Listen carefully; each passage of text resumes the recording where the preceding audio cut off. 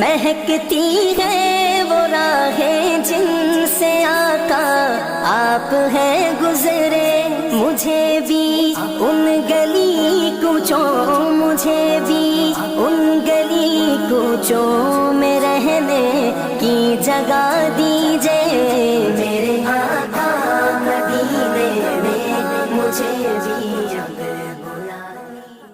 اس کا ثواب پاتا ہوں۔ بہت اچھے بھائی محترم جنوید احمد صاحب کھڑا جو اچھے ناخوانی کر رہے تھے، دعا ہے کہ اللہ رب العزت اس نعت کے صدقے میں امام حضرات کو مدینے پاک کی حاضری نصیب فرما دے۔ جو ولی کی بزم میں آتے ہیں ان کو آنے دیجئے، جو ولی کی بزم میں آتے ہیں ان کو آنے دیجئے، بے ادب جتنے بھی ہوں گے با ادب ہو جائیں گے۔ جو ولی کی بزم میں آتے ہیں ان کو آنے دیجئے، بے ادب جتنے بھی ہوں گے با ادب ہو جائیں گے۔ ان کی نیت میں کچھ کھوٹ ہوگا تو دیکھنا۔ غوث اعظم کی بارگاہ میں ایک شخص آ کر پہنچا، 2 منٹ چلا کے بولو بہت تیزی کے ساتھ۔ غوث اعظم کی بارگاہ میں ایک شخص آ کر پہنچتا ہے جو بہت بڑا چور تھا، تو وہ کہتا ہے کہ غوث اعظم میں نے آپ کو اپنا پیر مان لیا، آپ مجھے مرید کر دیں اور میں آپ کا غلام بننا چاہتا ہوں۔ تو غوث اعظم فرماتے ہیں کہ ٹھیک ہے میں تمہیں مرید کر دوں گا۔ اب وہ چور نے 2 شرطیں منظور کی، کہا یا غوث اعظم میری آپ کو 2 شرطیں ماننی پڑے گی۔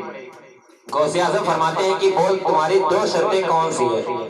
تو وہ چور کہتا ہے کہ سب سے پہلی شرط میری یہ ہے کہ میں چوری کرنا نہیں چھوڑوں گا، سب سے پہلی شرط ہے میں چوری کرنا نہیں چھوڑوں گا۔ غوث اعظم فرمائے کہ یار یہ بھی کوئی بات ہے کہ مرید بنو گے، میرا غلام بنو گے اور پھر بھی چوری نہیں چھوڑو گے۔ غوث اعظم فرماتے ہیں اچھا ٹھیک ہے دوسرا شرط بتا۔ کہتا ہے کہ میں بہت بڑا چور ہوں تو چوری تو کروں گا، اور دوسری شرط یہ ہے کہ میں کبھی نماز نہیں پڑھوں گا۔ اگر یہ میری 2 شرطیں آپ مان لیں تو مجھے مرید کر دیں۔ تو غوث اعظم فرماتے ہیں کہ نہیں میں ایسے نہیں مرید کروں گا۔ تب وہ مرید بھی اچھا تھا، وہ کہتا ہے کہ غوث اعظم آپ کو تو مرید مجھے کرنا پڑے گا، آپ کی ماں فاطمہ کا قسم۔ اب جب فاطمہ کا واسطہ دے دیا، غوث اعظم فرماتے ہیں کہ جب میری ماں کا واسطہ تم نے دے دیا اب تو میں تجھے مرید کروں گا، لیکن تجھے میری ایک شرط ماننی پڑے گی، میری ایک شرط ماننی پڑے گی۔ اب وہ انسان عرض کرتا ہے جو بہت بڑا چور تھا، وہ کہتا ہے کہ ٹھیک ہے میری 2 شرطیں آپ مان لو غوث اعظم، میں تمہاری 1000 شرطیں ماننے کے لیے تیار ہوں۔ اب غوث اعظم فرماتے ہیں کہ میں 1000 شرط نہیں ایک شرط کہوں گا۔ تو وہ چور کہتا ہے کہ ٹھیک ہے ایک شرط بتاؤ۔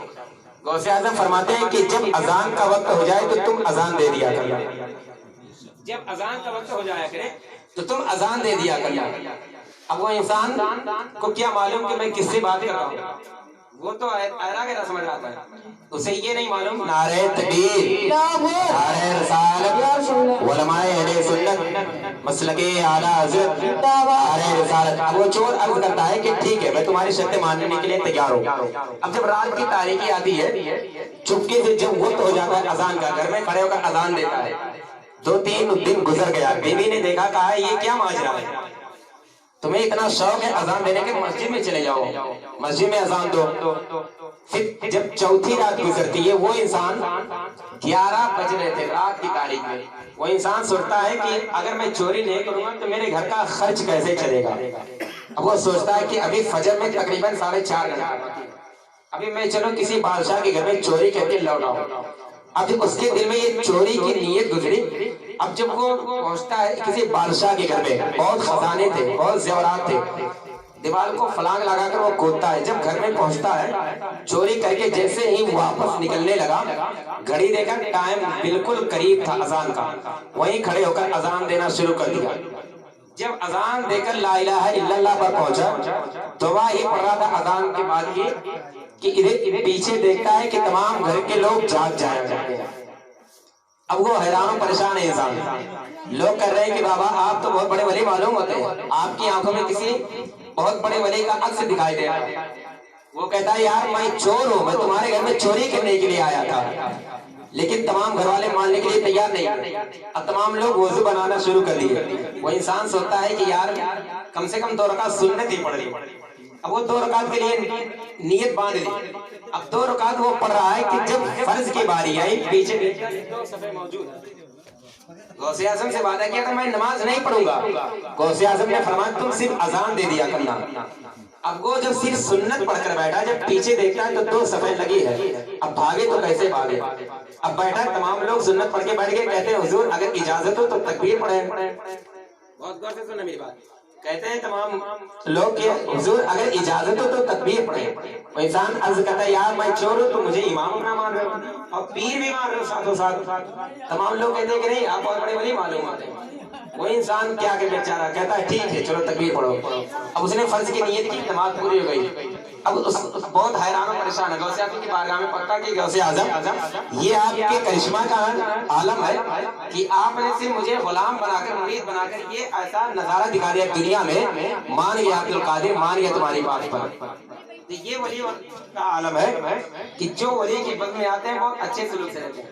شعر دیکھیں, جو ولی کی بزم میں آتے ہیں ان کو آنے دیجئے, بے ادب جتنے بھی ہوں گے با ادب ہو جائیں گے. ان کی نیت میں کچھ کھوٹ ہوگا تو دیکھنا, پہلے وہ تقسیم ہوں گے پھر ضرب ہو جائے گا. ان کی نیت میں کچھ کھوٹ ہوگا تو دیکھنا, پہلے وہ تقسیم ہوں گے پھر ضرب ہو جائیں گے. ابھی میرے بھائی نے بیٹی کے حوالے سے ایک شعر پڑھا. ایک ہی شعر پڑھ کر آپ کے سماعتوں کے حوالے شیخ ترنم بلبل باغ رضا بھائی محترم حضرت مولانا وجوہ القمر صاحب کے آپ کے سماعتوں کے حوالے ہیں. فدائے صحن میں اس سسکیوں کا کیا ہوتا, ستم سے مسلی ہوئی تتلیوں کا کیا ہوتا, تشریف آپ نہ لاتے جو رحمت عالم تو اس زمین پہ ان بچیوں کا کیا ہوتا. تشریف آپ نہ لاتے جو رحمت عالم تو اس زمین پہ ان بچیوں کا کیا ہوتا. فدائے صحن میں ان سسکیوں کا کیا ہوتا, ستم سے مسلی ہوئی تتلیوں کا کیا ہوتا. تشریف آپ نہ لاتے جو رحمت عالم تو اس زمین پہ ان بچیوں کا کیا ہوتا. جو کرتے نا آپ ابے زید خدیجہ سے تو پھر جو بیوہ ہوتی ان بیٹیوں کا کیا ہوتا. پھر جو بیوہ ہوتی ان بیٹیوں کا کیا ہوتا. آئیے ادب کے ساتھ نعرہ استقبال کر لیں مولانا وجوہ القمر صاحب کے بلا کو. ادب کے ساتھ نعرہ استقبال کر لیں. نعرہ تکبیر, نعرہ تکبیر, نعرہ رسالت, نعرہ رسالت. فیضان حضور تاج الشریعہ خواجہ کا ہندوستان